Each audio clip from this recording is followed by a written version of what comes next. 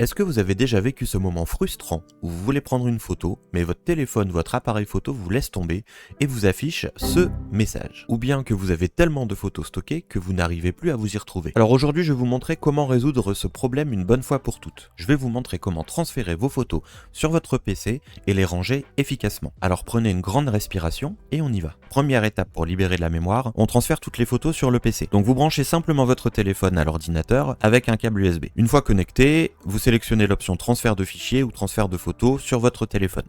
Sur votre PC, vous ouvrez l'explorateur de fichiers, qui se caractérise par cette icône ici, et vous accédez à votre téléphone.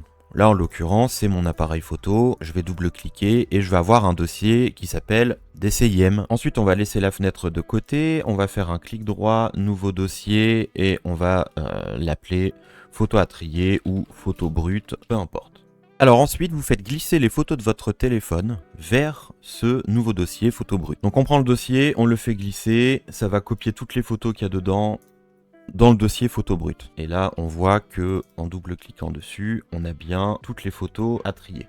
Maintenant que vous avez transféré toutes les photos sur l'ordinateur, il est temps de faire le tri. La première chose à faire, c'est d'éliminer toutes les photos ratées, les doublons, les photos floues. Alors astuce numéro 1, je vous invite à activer le volet de visualisation en vous rendant sur Affichage, puis volet de visualisation. Ce qui va vous permettre, quand vous allez sélectionner une photo, de la voir en grand sur le côté. Deuxième astuce, pour gagner davantage de temps, cliquez sur la première photo, puis naviguez entre elles avec les flèches de votre clavier et appuyez sur la touche Supr pour la supprimer. Et oui, imaginez-vous le temps perdu si vous avez des centaines ou des milliers de photos à faire à chaque fois clic droit, puis supprimer.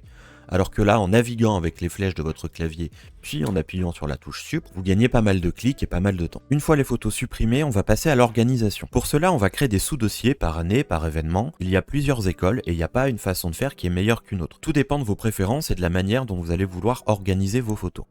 Pour l'exemple, je vais commencer par créer un nouveau dossier qui va être l'année 2023. 2022. Bon, là, je n'ai que des photos qui datent du même jour, donc je vais en renommer quelques-unes. On va mettre 2022 en janvier et le 5 janvier. Et ensuite, je vais commencer par faire mon premier tri. Je vais mettre toutes celles qui ont été prises en 2022 dans le dossier 2022. Et les photos qui ont été prises en 2023, je vais les mettre dans le dossier 2023. Ensuite, on va se rendre dans le premier dossier, c'est-à-dire on va cliquer sur le dossier 2022, là dans mon exemple, et on va créer des sous-dossiers par événement. Là, ce ne sont que des photos de zoo, donc je vais créer un dossier zoo, je vais créer un dossier week-end à la plage, admettons, et on va dire que toute cette photo-là, bon, encore une fois, c'est pour l'exemple, ça fait partie du zoo,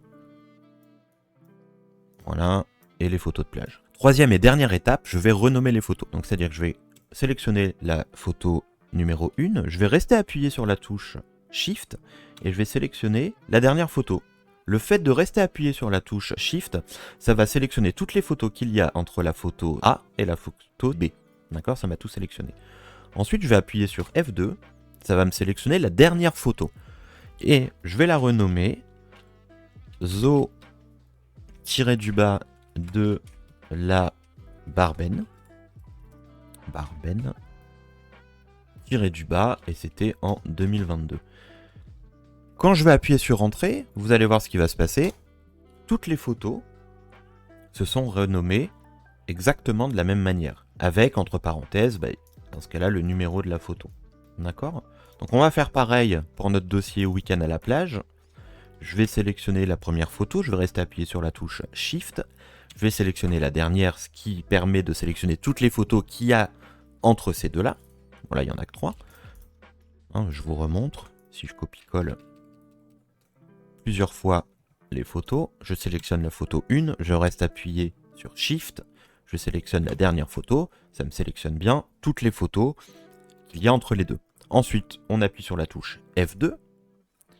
On va renommer, donc là on est dans le sous-dossier Week-end à la plage, donc Week-end à la plage. Et là, pareil pour l'année, on est toujours en 2022. Sauf que Week-end, ça s'écrit avec un D à la fin. Si cette vidéo est utile pour vous, n'hésitez pas à laisser un j'aime, à commenter et à partager sur vos réseaux afin qu'elle puisse servir à un plus grand nombre de personnes. Je vous remercie. Donc au final, on est quand même passé de La fenêtre de gauche, plein de photos en vrac. La fenêtre de droite avec le dossier général photo. Ensuite avec des sous-dossiers. Moi j'ai choisi encore une fois de les classer par année.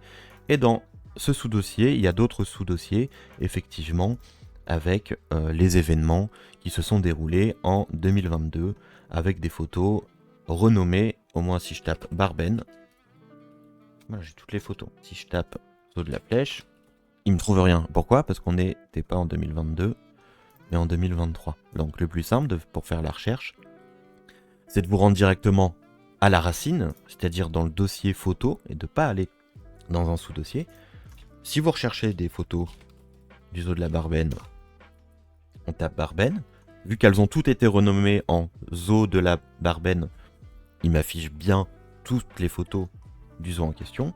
A contrario, si je tape zoo de la Flèche, il va me trouver toutes les photos qui correspondent au zoo de la Flèche. La petite particularité, c'est que ici, il m'a mis le dossier où se trouvent les photos. Pourquoi? Parce que je l'ai renommé zoo de la Flèche, alors qu'on peut voir que précédemment dans le dossier 2022, j'ai juste écrit zoo. Donc quand je reviens à la racine, si je tape Barben, il va mettre que les photos. D'accord? Il ne va pas m'afficher dans le résultat de la recherche le dossier correspondant. Donc pour ça, on retourne dans le dossier 2022, on fait un clic droit, renommer, ok, ou F2, et puis on va lui dire, le dossier ne s'appelle plus simplement zoo, mais zoo de la Barbenne. Entrée. Si je reviens dans mon dossier racine, donc je clique sur photo, si je tape maintenant Barbenne, on a bien le dossier zoo de la Barbenne, et on a également les photos qui correspondent au dossier, en tout cas au terme de recherche, mais qui sont bien dans le dossier zoo de la Barbenne. Alors pourquoi c'est important de renommer ces photos? C'est-à-dire que si vous avez 3, 4 000, 10 000 photos, peu importe, et que vous recherchez des photos en particulier, comment vous allez faire? Si vous les classez pas, vous allez faire défiler toutes les photos jusqu'à ce que vous trouviez la bonne. Et la deuxième raison, c'est que si vous mettez des photos dans le dossier que vous avez appelé zoo, et que vous vous rendez compte plus tard, ou alors vous savez même plus si c'était bien ce zoo-là, le fait de renommer, ça vous permettra de ne pas faire d'erreur dans votre sélection et dans votre tri. Enfin, pour terminer, je vous invite vraiment à faire des sauvegardes de vos photos sur plusieurs supports. Pourquoi? Parce que si votre disque dur tombe en panne, vous perdez toutes vos photos si elles ne sont pas récupérables. Au moins, là, l'idéal, c'est que vous avez des copies sur plusieurs supports et vous avez beaucoup moins de risques de perdre toutes vos photos. Et voilà, problème résolu, vos photos sont maintenant triées. Et vous, quelle méthode utilisez-vous pour organiser vos photos? Laissez-moi vos astuces dans les commentaires. Et j'espère que cette première vidéo vous a plu, vous a intéressé et surtout vous a aidé à trier vos photos.